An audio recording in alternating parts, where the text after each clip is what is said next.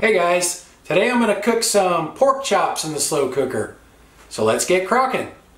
I have a package of pork sirloin chops, bone-in. These were 99 cents a pound, so this whole pack was only $3.23, not bad. So I cooked 2 of them last night to try this out, and I just cook them in a dry slow cooker. Sometimes these have little bone chips on them from when they cut them, so I'm just going to rinse them off, but that's up to you. So just rinse each one of these off, and then like I said, put them into a dry slow cooker. There's 3 pork chops here, kind of a tight squeeze, but I managed to squeeze them in. Now I'm going to season with this Kinder's mild barbecue rub. These won't really brown up much in the slow cooker, but so this will give them some color.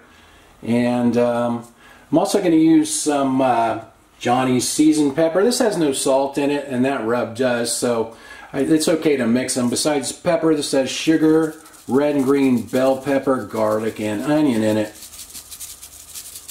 Alright, that looks pretty good. Now we'll get the lid on there. And I'm going to cook these on high, and I'll let you guys know how long it takes. It's been an hour and a half, so let's check on these.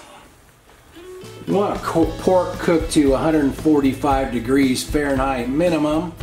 Those feel pretty firm. I'm sure they're past that. They feel pretty solid. I don't want to dry them out, so I'm going to just shut that off right there and we'll try one out. I steamed some asparagus and baked a sweet potato in my toaster oven to go with this. Anyway, let's cut into the pork chop here and see how it looks. You can see it's cooked through pretty good. We cut a piece off and we'll try it out.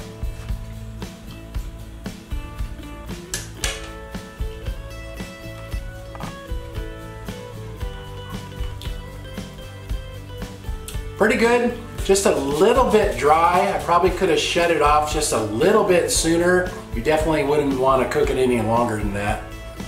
I guess we'll let Annie try it out, see what she thinks. There you go, Annie. Well, she scarfed it right down without choking, so I guess not too bad. So those cooked on high for about 90 minutes, and there's a pretty good amount of juice in the pot too. It makes quite a bit of juice as they cook without adding any liquid, so you could spoon that juice over the chops or even make gravy with it if you wanted to. Anyway, I'll write everything in the description. Thanks for watching. See you guys next time.